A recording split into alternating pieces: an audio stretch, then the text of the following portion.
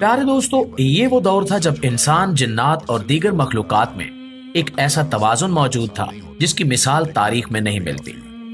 حضرت سلیمان علیہ السلام اللہ کے نبی اور عظیم بادشاہ تھے، جنہیں اللہ تعالیٰ نے جنات، پرندوں، جانوروں اور ہوا پر اختیار عطا فرمایا تھا۔ ان کی سلطنت آسمان سے لے کر زمین کی تہوں تک پھیلی ہوئی تھی۔ ان کے حکم پر جنات قلعے بناتے، خزانے نکالتے اور زمین کے دور دراز خطوں کی خبریں لاتے۔ ایسے ہی دنوں میں زمین پر ایک عظیم فتنہ نازل ہوا۔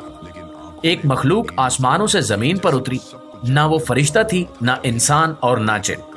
یہ مخلوق بلند قامت تھی، جس کا جسم کسی پتھر کی مانند سخت اور چمکدار تھا۔ اس کا رنگ ہلکا نیلا، آنکھیں انگاروں جیسی اور آواز ایسے جیسے بجلی گرج رہی ہو۔ لوگوں نے اس مخلوق کو مختلف نام دیے، لیکن وہ نام جو اس نے خود بتایا وہ زارود تھا۔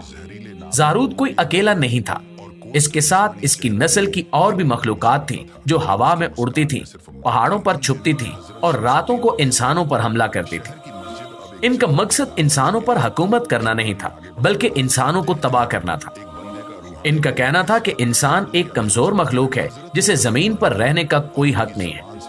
یہ مخلوق جب زمین پر اتری تو اس نے انسانوں کی بستیاں اجاڑ دی، دریا خشک کر دیے اور زراعت کو برباد کر دیا۔ بچوں کو اٹھا کر لے جانا، خواتین کو خوفزدہ کرنا اور نوجوانوں کو غلام بنانا ان کا روز کا معمول بن چکا تھا۔ لوگ گھروں میں قید ہو کر رہ گئے، دعائیں مانگی گئیں، آسمان کی طرف نظریں اٹھائی گئیں اور مدد کے لیے پکارا گیا۔ تب حضرت سلیمان علیہ السلام کو اطلاع ملی کہ زمین کے ایک خطے میں خوفناک فتنہ برپا ہے۔ آپ علیہ السلام نے فوراً اپنے دربار میں جناتی فوج کے سالاروں کو بلایا۔ ان میں سب سے زیادہ قابل ایک جن تھا جس کا نام تھا روما۔ روما نہایت وفادار، بہادر اور دانا جن تھا، جو ہزاروں سال سے حضرت سلیمان علیہ السلام کے دربار کا ایک خاص رکن تھا۔ حضرت سلیمان علیہ السلام نے روما کو حکم دیا کہ وہ اپنی فوج کے ساتھ اس مخلوق یعنی زارود کا سامنا کرے، مگر صرف طاقت سے نہیں، حکمت سے کام لے، کیونکہ اس مخلوق کا تعلق کسی اور جہان سے ہے۔ چند دنوں بعد حضرت سلیمان علیہ السلام خود بھی اپنی اڑنے والی سواری کے ذریعے اس مقام پر پہنچے جہاں زارود اور اس کی نسل موجود تھی۔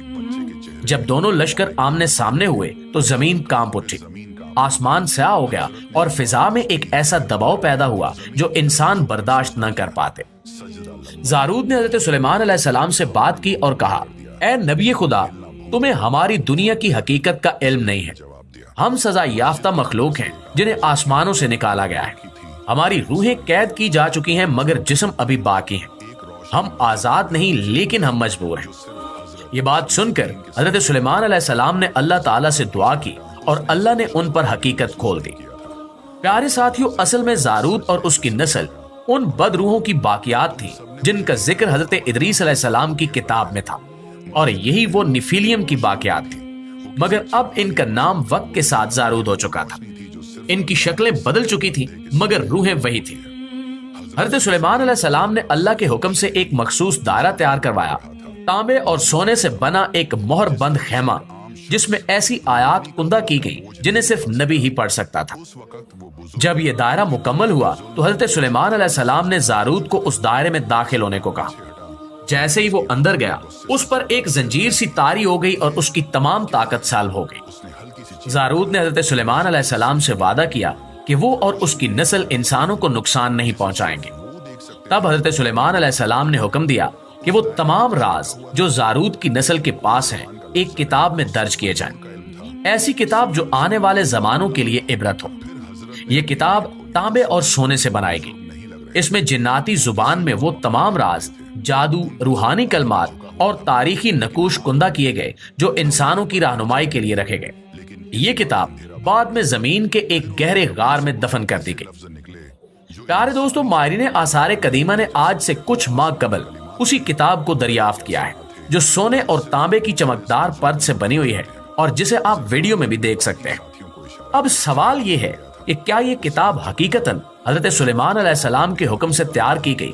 اور سب سے اہم سوال، کیا اس میں درج راز انسانوں کے لیے فائدہ مند ہیں یا یہ فتنہ دوبارہ جاگنے والا ہے؟ تو پیارے ساتھیوں، جب موجودہ دور کے ماہرین نے اس کتاب کو دریافت کیا تو ابتدا میں وہ محض ایک دھات کا پرانا ٹکڑا سمجھ بیٹھے،